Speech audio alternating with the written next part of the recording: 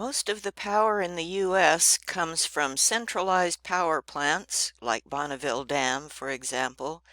It's sent over centralized transmission lines to substations and then sent to the building where the power is used. Now, you could have AC power, alternating current, and we've talked about that, or you could have DC power, direct current. Direct current can transmit high voltages, but the reason we use AC for transmitting power over our lines is that the problem is you get voltage drop. The longer a power line, the longer a conductor, the greater the voltage drop.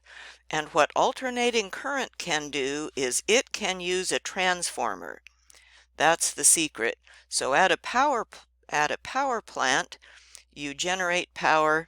A transformer steps up the voltage so it can be sent over the power lines, and even if there's voltage drop, you still have plenty when you get to the end.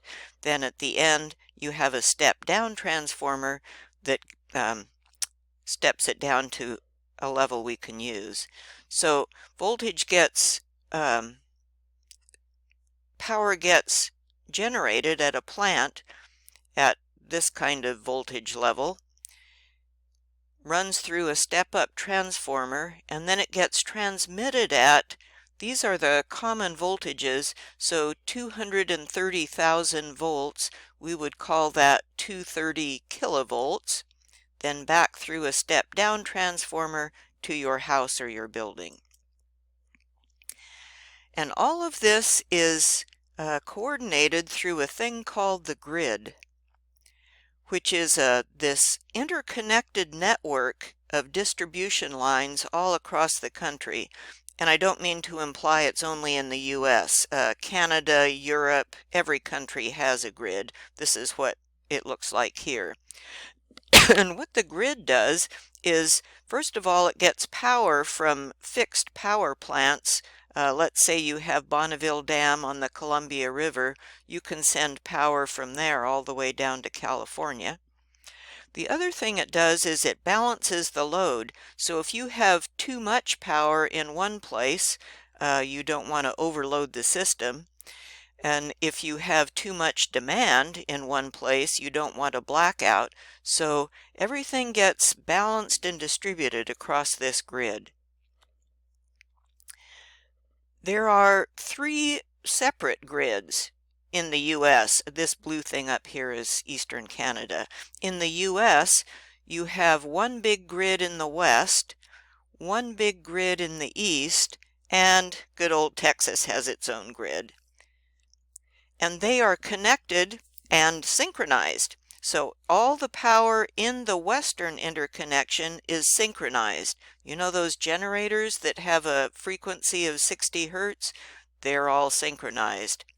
Then across the connections from one grid, from the, like say the Western to the Eastern, there are links that will connect them, but they're not synchronized. Then this power gets transmitted, it gets moved over big power lines.